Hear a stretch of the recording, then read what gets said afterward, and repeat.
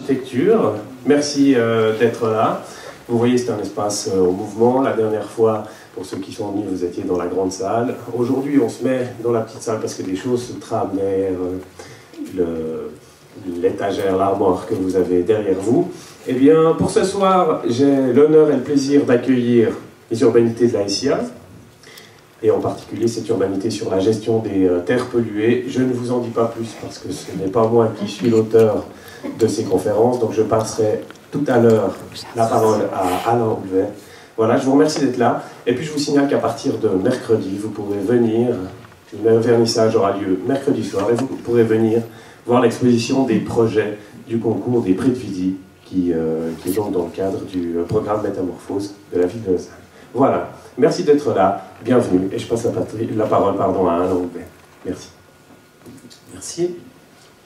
Mesdames, Messieurs, bonsoir.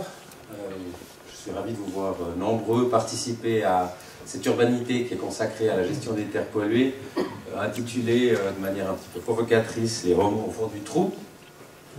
Si dans les années, si par le passé, une certaine liberté pouvait régner dans l'évacuation et le traitement des déchets, à partir des années 90, un cadre législatif a été mis en place au niveau fédéral, puis au niveau cantonal, de manière à réduire et traiter les déchets, de manière à valoriser, traiter et stocker les débris d'excavation, avec des règles concernant l'ouverture des décharges, l'aménagement des décharges et l'acceptation des déchets dans ces dites décharges.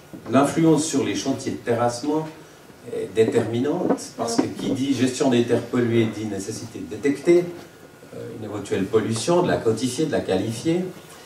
Cela implique également de trier les éventuels déchets en face des chantiers et d'évacuer ces terrains pollués, peu pollués, pas pollués, dans les bonnes filières. Le problème, c'est que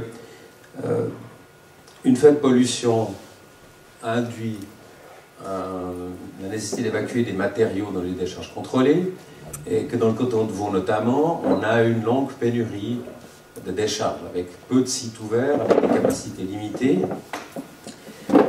une difficulté d'ouvrir des nouvelles décharges, les critères étant relativement stricts et difficiles à satisfaire, une influence financière pour les différents acteurs des métiers de la construction, et puis finalement, ce qu'on a réalisé, ce qu'on constate, c'est une augmentation du tourisme des déchets, avec des déchets qui sont évacués dans d'autres cantons plutôt que d'être traités dans le canton de Vaud, ce qui, du point de vue écologique, n'est peut-être pas tout à fait le but poursuivi.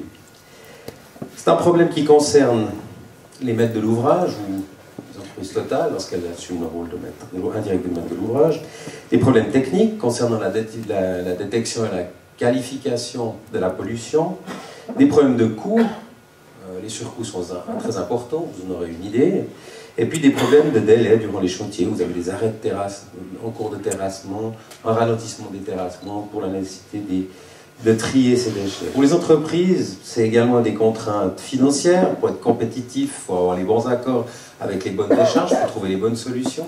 Donc il y a une certaine pression sur les prix, et les entreprises rencontrent d'énormes difficultés pour ouvrir des décharges.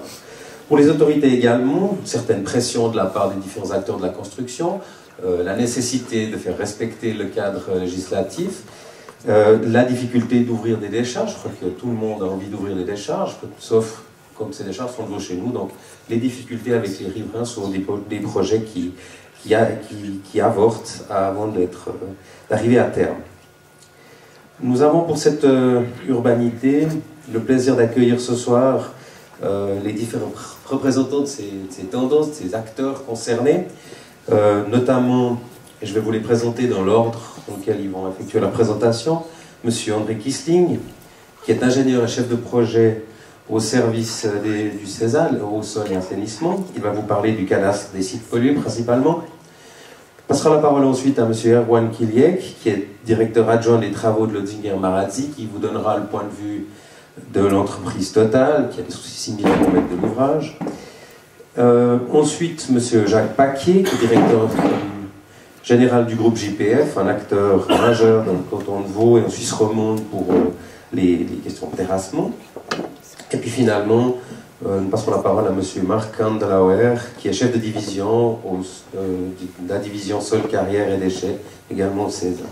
Il vous parlera en particulier de la gestion des déchets. Voilà, je vais finir ma brève introduction et passer la parole à M. Kissling pour la première partie de la présentation. Merci.